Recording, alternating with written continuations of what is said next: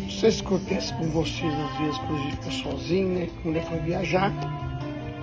E aí vem aqueles pensamentos lá de trás, né?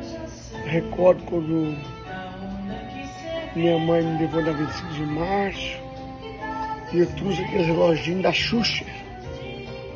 E aí vendi tudo, aqueles reloginhos da Xuxa. Pus um cartaz na porta da loja, vendi tudo. E aí, olha, você imagina, sair do reloginho da Xuxa pra tudo aquilo que construí. Mas eu fico pensando, quanta dificuldade eu passei, meu Deus. Quantas lutas para fazer a primeira loja. Eu e meu irmão, Rodrigo, a dificuldade que foi para ter crédito, ninguém acreditava na gente. O fornecedor nem comprava atacado, né? Comprava atacado e ficava vulnerável ao preço, tudo apesar de ter colocado a política de comigo na oferta. E aí, foi aí que eu montei a estratégia do boi de pirâmide do Chico Pelúcia, para poder arrumar uma saída, né? Mas eu recordo que minha mãe era professora e eu buscava ela na escola. Com cabra aqui. Buscava ela na escola, todo dia, 10 horas da noite, eu ia. E tinha um detalhe, quando eu chegava da escola, tinha uma esquina que tinha um moço, um rapaz mais forte que eu, que todos os dias que eu passava lá, ele queria brigar comigo, assim, aquela coisa da infância, né? E aí, foi isso, assim, muita luta. Minha mãe teve aquele assalto na joalheria do meu pai, e aí nós tivemos que mudar várias vezes de casa, porque nesse assalto que teve na joalheria do meu pai, acho que eu nunca contei esse caso, morreu 2 assaltantes e 2 primos meus foi baleado. E aí tinha um monte de ameaça e tudo.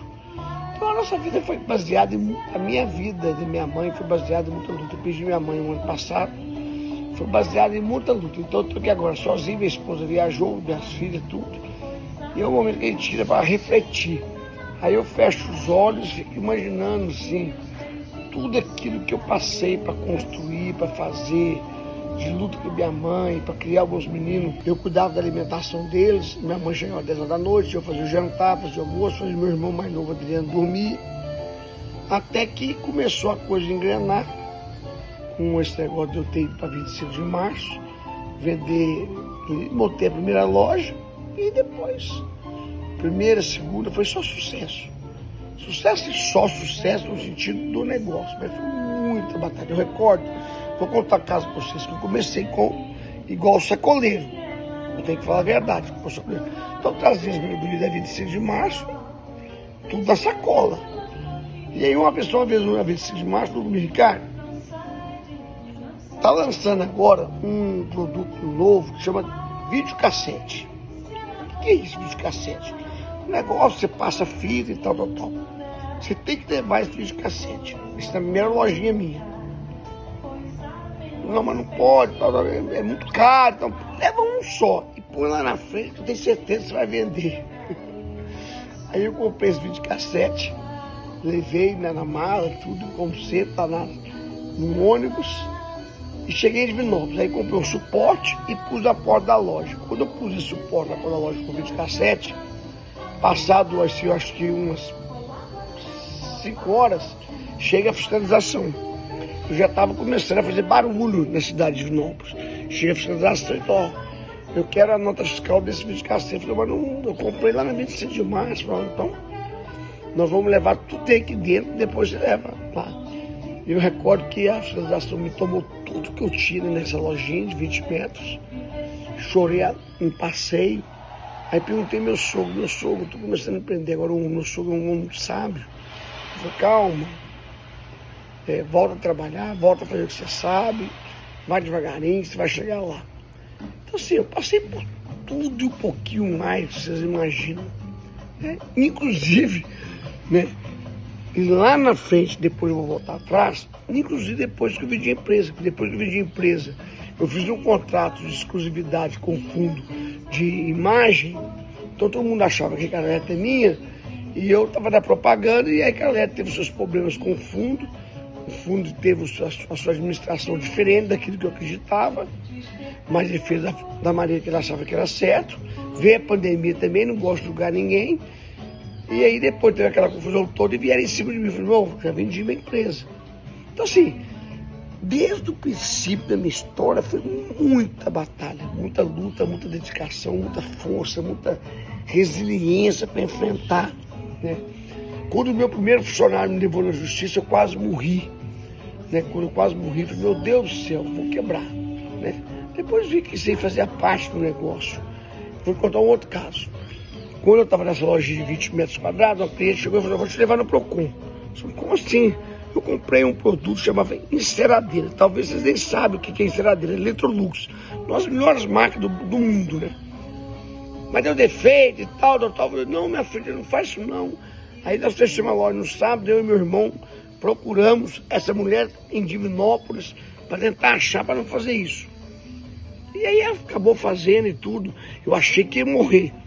Depois de 1.100 lojas, com milhões de entregas por dia, talvez umas 10 mil entregas por dia, sei quantos milhões de cupons fiscal emitidos por dia, eu cheguei a ter 10, 15 mil processos de Procon, porque fazia parte do negócio, porque tinha entrega, tinha reclamação do produto estragar, eu não fabricava o produto. E aquilo ali não me incomodava mais, porque fazia parte do quê? Da rotina da empresa. Então eu aprendi que muitas vezes os problemas que a gente enfrenta, que a gente fica desesperado, muitas das vezes é porque falta conhecimento pra gente. E à medida que eu fui pegando esse conhecimento, eu fui amadurecendo, né, ponto a ponto, né, dia a dia, mas sempre buscando aprender. Apesar de eu ter feito o 3º ano, 2º grau de contabilidade, eu fiz daquele jeito, empurrado, porque eu estava na 25 de março comprando e vendendo, né, comprando e vendendo. E ali eu tinha que aprender na raça, do balcão da loja. Então eu tive sim que aprender na disciplina de fazer acontecer, de realmente lutar por aquilo que eu acreditava. Eu acreditava muito que eu tinha achado aquele negócio que ia me dar dinheiro para sustentar a minha família. A minha esposa começou comigo. A minha esposa era filha de um homem muito rico em Divinópolis. Eu era apenas um sacoleiro. Mas apesar de tudo isso, ela começou comigo e foi minha financeira durante 5 anos, até que quando a Laura nasceu, ela falou, se nós ficarmos nós dois nessa loucura de trabalhar, nessa loucura de 24 horas trabalhando, nós vamos ter dinheiro, mas não vamos ter uma família. Aí ela optou por passar o trabalho por uma funcionária, que já estava sendo treinada por ela. Ela acompanhou mais 1, 2, 3 anos, até que ela pegou confiança nessa pessoa. E aí foi cuidar da família, eu fui cuidar dos negócios. E aí nessa história entra meu irmão, o Rodrigo também, que naquela época eu comecei meu negócio com meu irmão mais velho, ele achou melhor separar e falou que não queria ter nenhum sócio. Aí eu falei, Rodrigo, você vem trabalhar comigo. E aí o Rodrigo virou meu trator.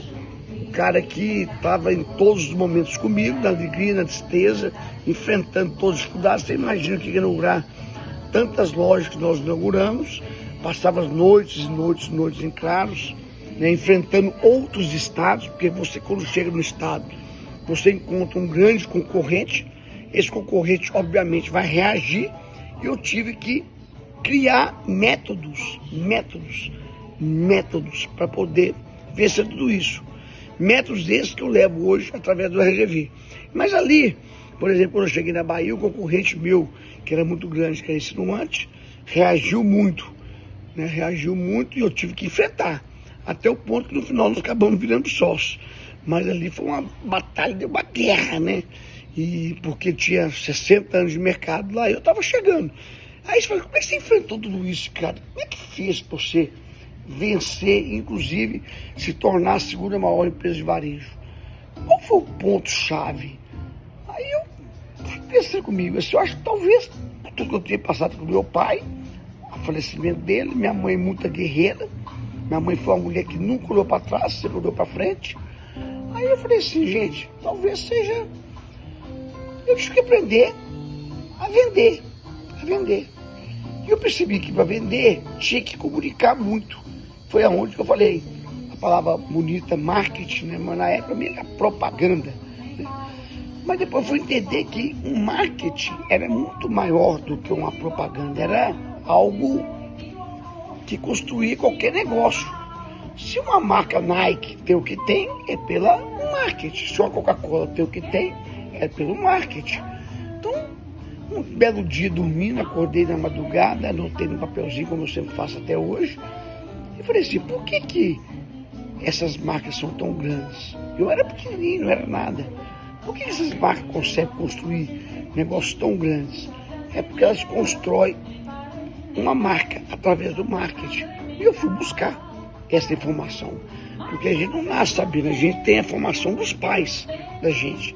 A gente não tem a formação a não ser aquilo que vem das nossas heranças, dos nossos pais. Aí eu percebi que eu tinha que buscar outras pessoas. Que apesar dos meus pais e minha mãe ter me dado uma formação espetacular de trabalho, de luta, mas também chegava nas suas limitações. Tinha pessoas que tinham chegado muito mais longe que o meu pai chegou.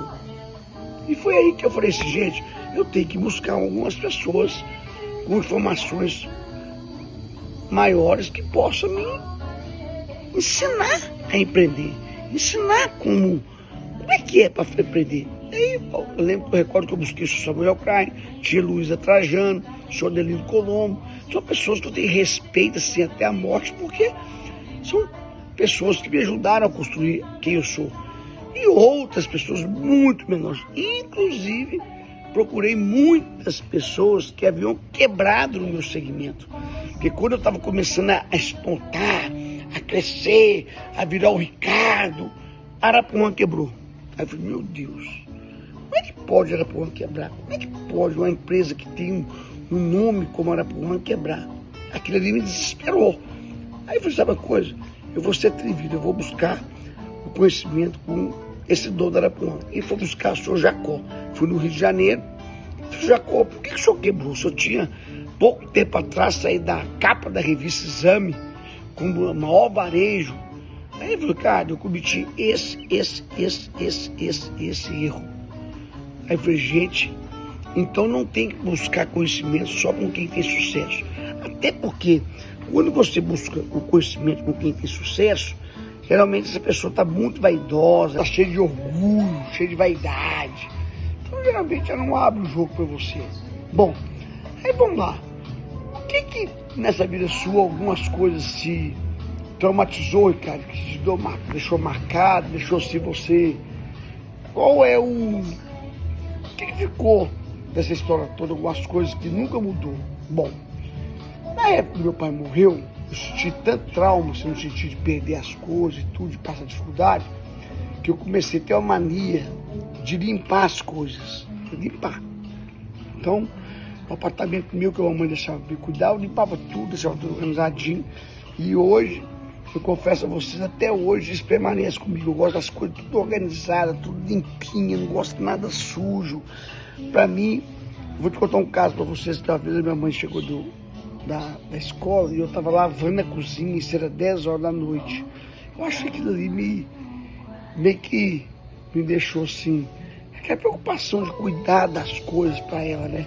E até hoje, nossa família toda permanece um pouco essa coisa de limpeza, organização, de deixar tudo organizado. Eu não consigo, por exemplo, começar meu dia seguinte se eu não deixar tudo organizado, a minha agenda, desenhado, o que eu vou fazer no dia seguinte, tudo anotado. Eu não consigo começar o dia seguinte. Eu acho que isso também me ajudou muito. Então são algumas coisas que a pessoa fala, trauma, não é trauma, que me ajudou a construir. E passei por muita coisa. Passei por aperto financeiro, passei por dificuldade de concorrentes cortar meu fornecimento, de não querer, não querer fornecer para mim porque os grandes não deixavam. Passei por um momento da formalidade.